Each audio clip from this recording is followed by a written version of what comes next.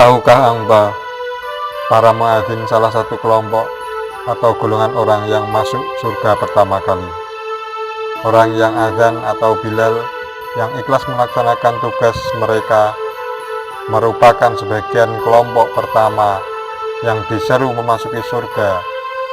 Menurut sebuah hadis, baginda Rasulullah SAW menerangkan bahwa orang-orang yang akan memasuki surga dalam peringkat awal ialah sebagai berikut: para nabi, para syuhada, muadzin di Ka'bah, muadzin di Baitul Maqdis, muadzin yang ikhlas menjalankan tugas mereka.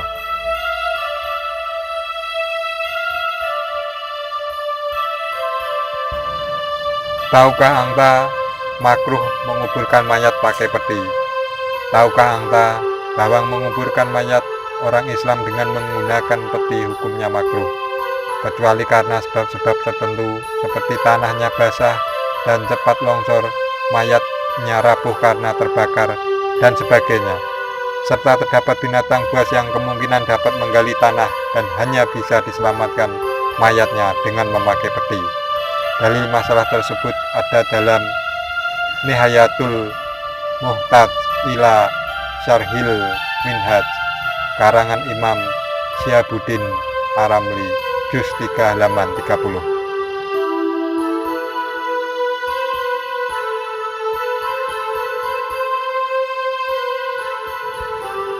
Tahukah Anda wudu menghilangkan rasa letih? Baron Umar Roh Ehrenbil, seorang pakar yang juga seorang neurolog dan sekaligus psikiater, menulis disertasinya tentang wudu.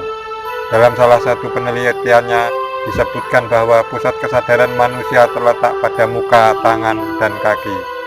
Kalau seseorang sarafnya lemah, orang tersebut akan ngantuk, loyo, dan tidak bergairah, sehingga membasuh anggota-anggota badan tadi dalam berwudu dengan air segar akan pulih sekian persen.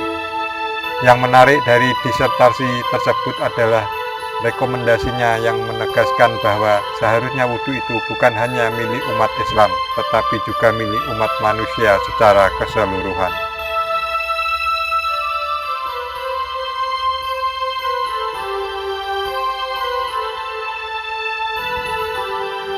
Tahukah Anda tanda-tanda datangnya hari kiamat?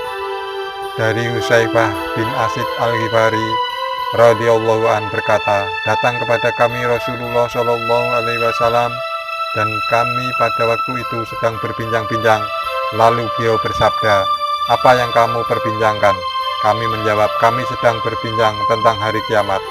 Lalu Nabi SAW bersabda, tidak akan terjadi hari kiamat sehingga kamu melihat sebelumnya 10 macam tanda-tandanya. Kemudian beliau menyebutkan asap, dajjal, binatang, terbit matahari dari tempat tenggelamnya, turunnya Nabi Isa bin Maryam, Ya'jud dan Ma'jud, 3 kali gempa bumi, sekali di timur, sekali di barat, dan yang ketiga di semenanjung Arab, yang akhir sekali adalah api yang keluar dari arah negeri Yaman yang akan menghalau manusia kepada padang mahsyar mereka. HR Muslim.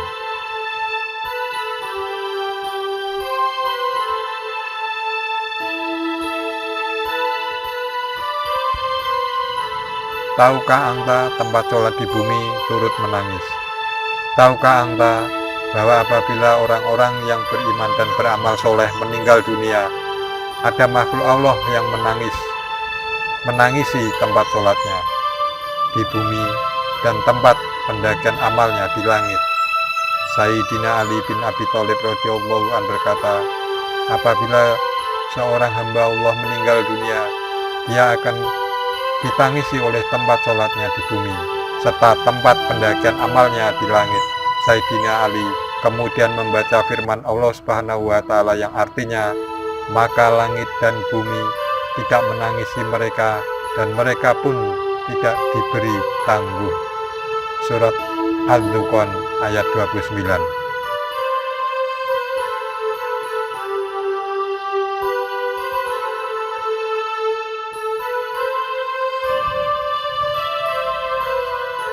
Tahukah Anda keutamaan berteman dengan orang-orang soleh?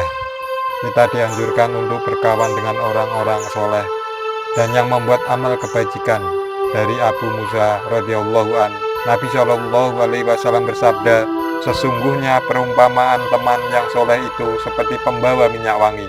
Kemungkinan engkau hanya dapat mencium aroma keharumannya, sedangkan tukang bakar besi mungkin akan membakar bajumu, atau engkau akan mencium darinya bau yang tidak sedap.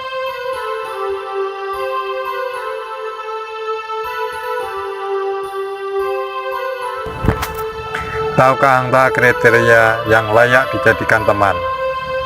Syekh Az-Zarnuji dalam Ta'lim Al-Muta'alim berpendapat bahwa ada 3 sifat orang yang layak dijadikan teman dalam hidup ini, yaitu orang yang memiliki sifat tekun, tidak suka berbuat dosa, dan jujur dalam bersikap dan bertindak. Sementara itu yang harus dijauhi adalah teman yang mempunyai sifat pemalas, pengangguran, atau tidak pandai bergaul, banyak bicara, suka mengacau, dan gemar memfitnah orang. Orang yang punya sifat ini dapat mengantarkan seseorang pada kemudaratan dalam hidupnya.